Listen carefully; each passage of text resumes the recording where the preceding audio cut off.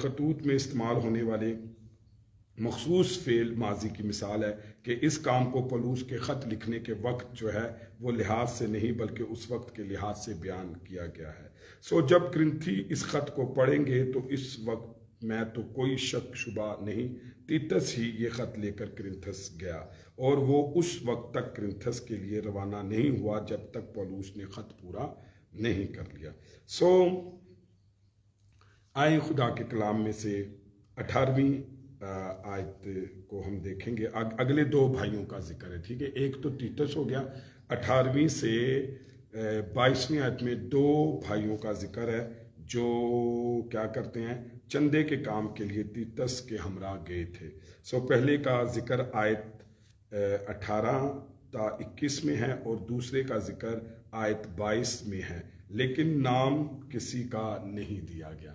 Right, تو اب آپ کو سمجھ لگی 18 سے 21 میں دوسرے بھائی کا ذکر ہے اور پھر 22ویں آیت میں تیسرے بھائی کا ذکر ہے. ایک تیتس ہو گیا, تیتس کے ساتھ 2 بھائی ہیں جن کے نام کا ذکر نہیں ہے لیکن وہ موجود ہے. پاک کلام کے اس حصے میں اس کا احتیاط کا بیان یا جو چندے کے معاملے میں پولوس رسول لازمی طور پر استعمال کرتا تھا, مبادہ اس پر غلط طور پر استعمال کرنے یا چندہ ادھر ادھر کرنے کا الزام لگے.